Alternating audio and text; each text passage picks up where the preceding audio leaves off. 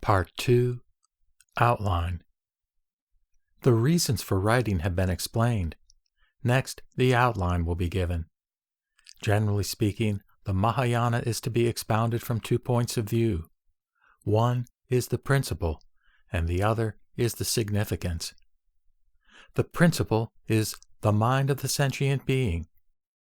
This mind includes in itself all states of being of the phenomenal world and the transcendental world. On the basis of this mind, the meanings of the Mahayana may be unfolded. Why? Because the absolute aspect of this mind represents the essence of the Mahayana, and the phenomenal aspects of this mind indicates the essence, attributes, and influences of the Mahayana itself. Of the significance of the adjective Maha, or great, in the compound Mahayana, there are 3 aspects. 1. The greatness of the essence. For all phenomena or dharmas are identical with suchness and are neither increasing nor decreasing. 2. The greatness of the attributes. For the Tathagata is endowed with numberless excellent qualities. And 3. The greatness of the influences. For the influences of suchness give rise to the good causes and effects in this and in the other world alike. As to the significance of the term yana, or vehicle, in the compound Mahayana, the term yana is introduced because all enlightened ones or Buddhas have ridden on this vehicle, and all enlightened ones to be, bodhisattvas, being led by this principle, will reach the stage of Tathagata. The following are translator notes in relation to this Part 2 outline. It should be noted that the term Mahayana here is not used in the usual sense of the word, that is, Mahayana versus Hinayana. According to the definition given in the discussion immediately following, Mahayana designates suchness, or the Absolute. The title of the text, The Awakening of Faith in the Mahayana, should therefore be understood as The Awakening of Faith in the Absolute, not in Mahayana Buddhism, as distinguished from Hinayana Buddhism.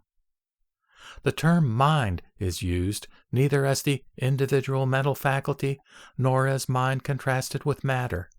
It symbolizes the metaphysical principle as defined in the introduction.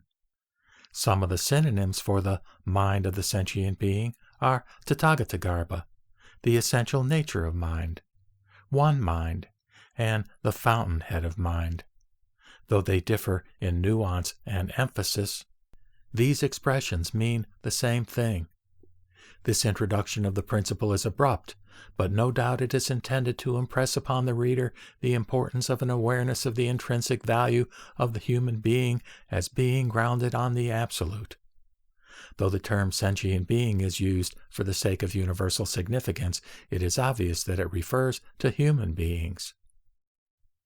The term translated as phenomenal aspect is literally primary cause and conditions, or coordinating causes, for a sentient being to remain only in the order of birth and death, or phenomenal order, or samsara, and the characteristics of a sentient being in samsara.